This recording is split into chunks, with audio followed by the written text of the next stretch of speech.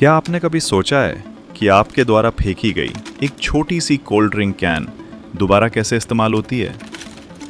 हर साल दुनिया भर में अरबों एल्यूमिनियम कैन्स को रिसाइकिल करके उन्हें फिर से वैल्यूएबल मेटल में बदला जाता है। इस प्रोसेस की शुरुआत होती है वेस्ट कैन्स को कलेक्ट और सॉर्ट करने से, जहां पावरफुल मशीन्स हजारों कैन्स को अलग करके छोटे छोटे टुकड़ों में श्रेड कर देती हैं।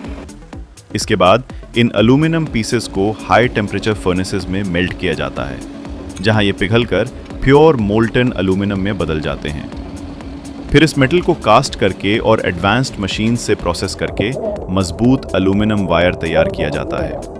जो कैन्स कभी कचरा समझे जाते थे, वही आज इंडस्ट्रीज में इस्तेमाल होने वाला नया मटेरियल बन जाते हैं। ये है रिसाइकलिंग टेक्नोलॉजी की ताकत, जहां वेस्ट को मिलता है एक नया जीवन।